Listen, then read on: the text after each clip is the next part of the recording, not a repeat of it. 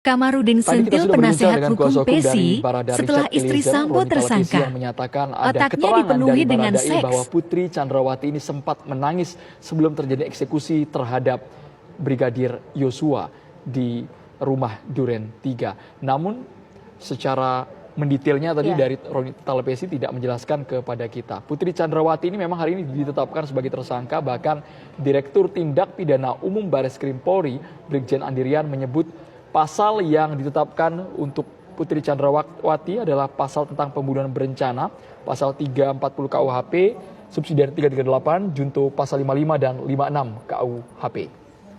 Ya, penetapan Putri sebagai tersangka ini dilakukan polisi setelah memiliki alat bukti berupa keterangan saksi dan juga bukti elektronik CCTV. Adapun alasan polisi belum menahan Putri Chandrawati hingga saat ini lantaran istri Irjen Verdi Sambo ini dalam keadaan sakit.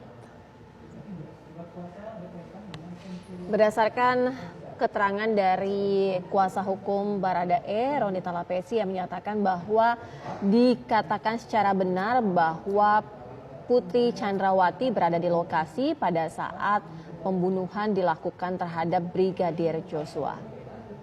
Artinya saat ini sudah ada 5 orang yang ditetapkan menjadi tersangka dalam kasus pembunuhan Brigadir J. Saat ini sudah tersambung juga bersama kami, pemirsa, ada kuasa hukum keluarga Brigadir Yosua Huta Barat, Bang Kamarudin Simanjuntak. Selamat petang, Bang Kamarudin. Halo, selamat petang untuk pemirsa. Bang Kamarudin, bagaimana respons Anda atas penetapan tersangka dari Putri Chandrawati?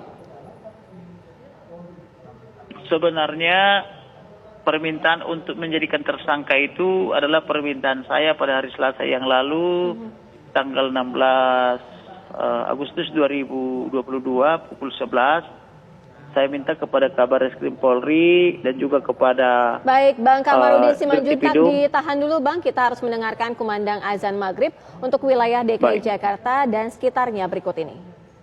Selamat menjalankan ibadah salat maghrib bagi Anda di wilayah DKI Jakarta dan sekitarnya. Kita lanjutkan dialog, saya ingin ke Bang Kamarudin. Bang Kamarudin, artinya kalau dari pengakuan dari kuasa hukum Baradae menyatakan bahwa Putri Sambo pada saat itu sudah berada di lokasi, ini sebenarnya kalau menurut Bang Kamarudin sendiri melihat peran dari Putri Sambo ini apa? Peran Putri Sambo adalah pertama menutupi kejadian yang sebenarnya. Karena dia kan saksi kunci di situ, bisa disebut juga sebagai saksi mahkota, karena dia mengetahui, melihat dan mendengar serta mengalami apa yang terjadi sesungguhnya. Tetapi dia sengaja terus diam dengan menyuruh penasihat hukumnya bernama Patra Mjen untuk menyebarkan hoax atau menyebarkan kejahatan setiap hari dengan cara memfitnah bahwa almarhum melakukan kekerasan seksual atau pemerkosaan kepada Ibu Putri. Nah, kita sudah peringatkan supaya jangan terus menebar hoax, tetapi Patra Mjen karena dia mengaku lulusan International Essex University, maka otak dia dipenuhi dengan seks, sehingga yang ditebarkan setiap hari adalah hoax tentang seks, bahwa almarhum melakukan kekerasan seks, kan begitu. Saya sudah tegur berkali-kali sampai kami itu sampai terlibat perdebatan keras misalnya di DPRI secara langsung, tetapi yang ditebarkan oleh pengacaranya itu adalah melulu soal seks. Nah, karena dia lulusan International Essex University kan gitu. Nah, kemudian yang menjerumuskan Ibu Putri ini adalah pengacaranya, yaitu Patra Mjen dan kawan-kawan. Saya sudah menawarkan diri, saya mau wawancarai dong Ibu Putri, saya mau mendengar curahan hati dia, saya pengen tahu apa yang terjadi, tetapi kan mereka tidak mau. Ibu Putri juga saya kasih ultimatum 1x24 jam, kalau dia tidak berhenti menebar hoax dan tidak bertobat, maka saya akan memproses dia.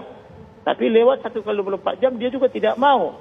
Tetapi dia sehat membuat laporan polisi dalam tanda petik, sehat mengadu ke LPSK, sehat mengadu ke ke Komnas Perempuan, sehat mengadu ke pengacaranya, walaupun pengacaranya belakangan mengaku tidak ketemu, tidak pernah mewawancarai, pengacaranya hanya berdasarkan komik aja, komik yang dibuat oleh atau novel yang dibuat oleh staf ahli Kapolri, tetapi dia begitu yakinnya menebar hoax setiap hari di berbagai media, bahkan menuduh saya sebagai ahli nujum, tukang sihir dan pengarang bebas, kan begitu.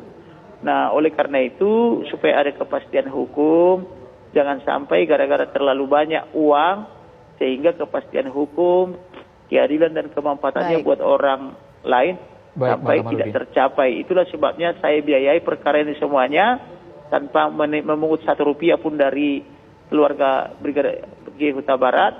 Tetapi saya betul-betul konsen bahwa kejahatan harus dibasmi, institusi Polri harus diselamatkan dari tangan-tangan mafia, supaya Polri ini benar-benar menjadi polisi yang humanis, yang dekat dengan rakyat, dicintai oleh rakyat, disegani rakyat dalam menjalankan fungsi dan perannya sebagai pelindung, pengayom dan pelayan masyarakat. Baik, begitu Bang Kamarudin. Sesungguhnya kami juga mengundang dari pihak Putri Chandrawati, yakni kuasa hukumnya Patra Zain, tapi hingga saat ini memang belum ada respon sama sekali, Bang Kamarudin. Nanti kita akan lanjutkan bersama dengan Bang Ganjar. Saya rasa dia tidak punya muka menatap saya, karena dia sudah terlalu yakin mengatakan bahwa hoaxnya itu kebenaran yang absolut. Bang Kamarudin. Ditahan dulu Bang Kamarudin. Pak Ganjar, kami juga ingin tahu pandangan Bapak mengenai penerapan pasal 340, 338, subsidiar, Junto 55 dan 56 pada Putri Chandrawati. Sesaat lagi, Pak Ganjar. Kita harus jeda dulu, hanya di Kabar Petang, pemirsa. Kita lanjutkan dialog saya ke Pak Ganjar. Pak Ganjar, sejauh ini dari sudah ditetapkannya Putri Chandrawati sebagai tersangka, artinya akan dikenakan pasal apa saja dan juga ini berkaitan artinya dia secara utuh terlibat begitu? Ya begini, kalau mendengarkan keterangan dari pihak Polri tadi ya menjadi tersangka, kan pasalnya sama ternyata kalau saya tidak salah ya, mohon koreksi kalau salah. Kan ada 340 pembunuhan berencana dan ada 338 yang sering dikenal sebagai pembunuhan biasa. Ya. 340 bisa saja diancamkan kepada Ibu Putri kalau memang dia terlibat perencanaan. Ya, dia tahu dan punya kehendak supaya orang ini mati dengan cara tertentu ya prosesnya.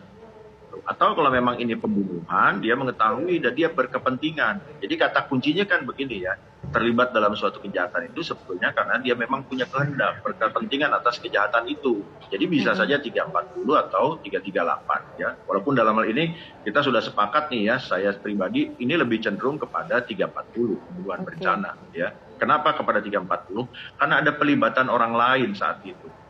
Ya, lalu ada pembagian tuh, kamu yang eksekusi, kamu yang lakukan ini, kamu yang lakukan itu. Itu kan berarti ada orang yang memang sudah berencana dan yang dilibatkan mengikuti alur rencana. Artinya apa? Dia secara sadar terlibat dalam sebuah perencanaan. Dibuktikan dengan dia menjalankan peran yang diperintahkan atau yang ditugaskan kepada dia.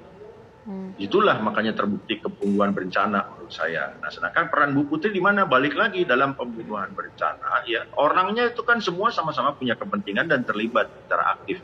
Walaupun begini bisa jadi Bu Putri itu tidak melakukan apapun di situ. Ya, tapi kalau dia punya kepentingan, dia menyetujui, bahkan jangan-jangan dia juga ya sudah lakukan entah apa yang dia lakukan gitu di situ ya, mendorong terjadinya tindak pidana, maka dia bisa dijerat dengan pembunuhan berencana juga. Gitu, menyangkut 340 dan 338-nya ya. Baik Pak Ganjar, ini menarik karena banyak orang juga yang mempertanyakan berarti meskipun dia tidak langsung mengeksekusi tetapi hukuman setimpalnya bisa langsung ditujukan, bisa disamakan dengan Verdi Sambo ini Pak Ganjar ya? Iya, begini dalam hukum pidana kan tersangka kan juga ada pasal 55 dan 56-nya ya. Pasal 55 itu saya yakin Polri menerapkan turut serta. Karena di pasal 55 itu ada beberapa bentuk penyertaan. Saya yakin yang digunakan ini seharusnya dalam kasus ini turut serta. Artinya apa? Pelakunya ada lebih dari satu orang.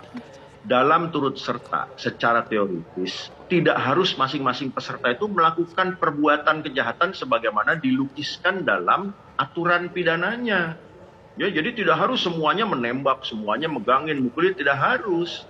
Katakanlah begini, dalam penganiayaan, yang dua tugasnya cuma megangin, yang satu yang mukulin. Nah, nggak bisa kita bilang lalu penganiayaan cuma dilakukan oleh yang memukul, yang megangin bukan penganiaya. Nggak bisa. Penganiayaan tidak akan terjadi kalau tidak ada dua orang ini yang ikut memegangi korban. Gitu. Jadi meskipun tidak secara sempurna melakukan perbuatan yang memenuhi unsur tindak pidana, keterlibatannya itu memang secara hukum, secara teoritis tidak disyaratkan bahwa dia memenuhi unsur secara sempurna.